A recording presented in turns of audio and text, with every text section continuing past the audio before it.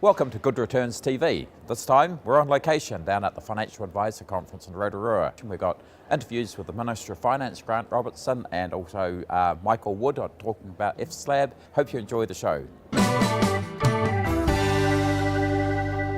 Joining me now is the Minister of Finance, Grant Robertson. Grant, G'day. Thank you for joining us. No worries. Your session was well received in there. I hope so. Yeah. Tax Working Group. You say it's going to be revenue neutral for the government. So does that mean some taxes will come down? What we've asked the working group is to come back with a revenue neutral option. Mm-hmm. So, they may well have other options, but what we want to say is, well, if we are going to, for instance, expand the definition of income to include other asset classes to effectively bring capital into the net, what other offsets could you make in the rest of the system in order to ensure that the overall tax take remains the same, but the balance of who's paying what and when changes? So yes, theoretically, it would be possible that other taxes might change and go down in a revenue neutral package. But look, we've asked the working group to come back with a number of packages. That would be one of them. Yeah, and we do have a capital gains tax at the moment, and it's based around intentions. But you don't think that works? Oh, look, I don't think our government or the previous government believed that the intention test with respect particularly to property has worked. Nobody is going to argue that they purchased a rental property with the intent to sell it and then pay tax. The amount of money generated of that was very small. So the previous national government brought in the bright line test, where they said if you sold a property other than your family home within 2 years, you paid tax on the gain from that. We extended that out to 5 years. Obviously, if the tax working group come back with a regime that includes capital from the get-go, then that would become a redundant measure. Yeah. And you were asked about imputation credits on Australian shares. I'm only laughing about that because it comes up a lot, and it's a big issue. Yeah, it's a huge issue for people here. The working group certainly had the ability to look at that. So far, they haven't highlighted that as a major issue. But again, if we're now going to be expanding the capital income net as they are looking at, then you do start to look at the different way we treat New Zealand and Australian shares versus other foreign shares. And so there is some room to take a look at the settings there, but at this stage, the group's not proposing any change around imputation And would you ask them to look at that? Look, we've given them a very broad mandate, so they have the capacity to look at it. We'll wait and see what they come back with. Do you expect the outcome of the group to have any impact on increasing savings rates in New Zealand? I'd certainly hope so, and the group itself has made several recommendations around that. One of them is the removal of the tax on the employer contribution for those earning less than $48,000. Some people have already argued with me we should get rid of that for all classes of income earners. Look, I want to find a way of maximising New Zealanders' savings, and for me, it's time to take a step back. I know when Michael Cullen set KiwiSaver up, a huge number of inducements and incentives were put in because he was fearful not very many people would join up. Obviously, KiwiSaver has been a raging success story, but there's still a cohort of New Zealanders who haven't joined. And more often than not, I think that's a combination of their own financial literacy, clearly their financial circumstances, and what we've got to do is make sure that we improve both of those and make saving a part of that. So that is the work Minister Whāfoi and I are now doing, is around how do we make the system as easy as possible to access. And with KiwiSaver, compulsion's not on the cards? Well, it's not our current policy because we want to explore why it is that 1 million New Zealanders didn't go in, and a lot of it is to do with the fact that they're low-income people who are struggling with their day-to-day bills, and what we've got to be able to do is support them to understand the importance of savings and give them the ability to do that. So we want to look at all the options there. It's not our policy at the moment, but we'll take a look at what's possible in the future.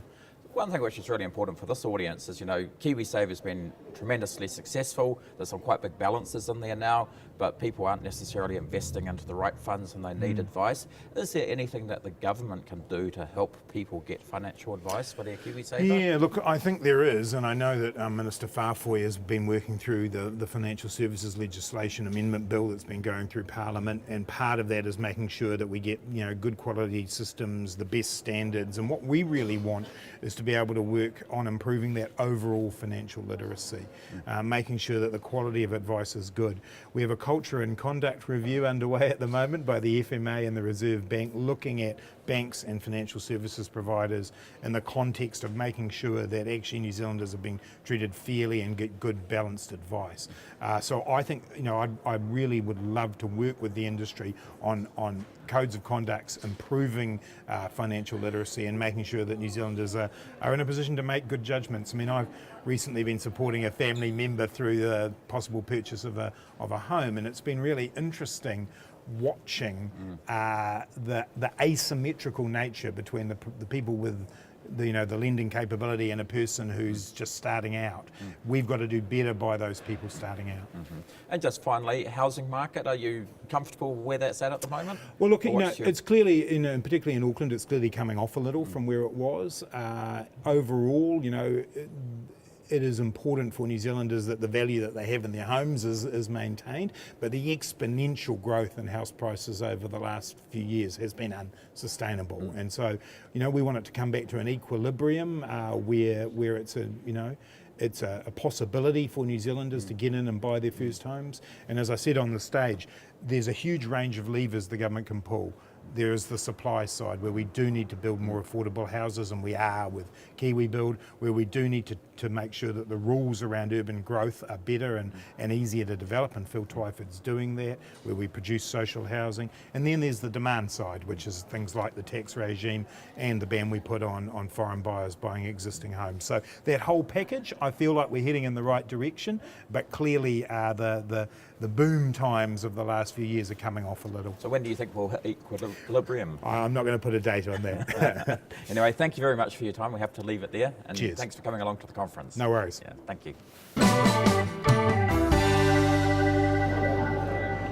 Unfortunately, the Minister of Commerce, Chris Farfoy, couldn't attend the conference this year, but he sent along Michael Wood, who is the MP for Mount Roskill. Michael was also the chairman of the Finance and Expenditure Select Committee, and he delivered the Minister's speech today. Look, thanks for coming along and spending a bit of time with us. Tell me, can you give us a little bit of understanding of where the financial services bill is at in Parliament at the moment, and how determined the Minister is to get it through? Sure, the bill's just passed its second reading in the House. That I think was about the 12th of September, it passed that hurdle. So it has two more stages in the House. It has to go through the committee stage of the House and then receive a third and final reading. And what the Minister has indicated is that this is a major legislative priority for him, and he's hoping that we'll pass those hurdles by about the end of this year or early next year.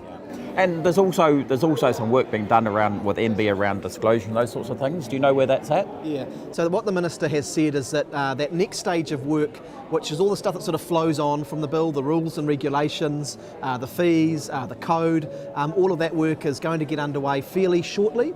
And so the Minister and the various agencies will be able to start engaging with the financial services community and have some really good consultation about those in the not too distant future.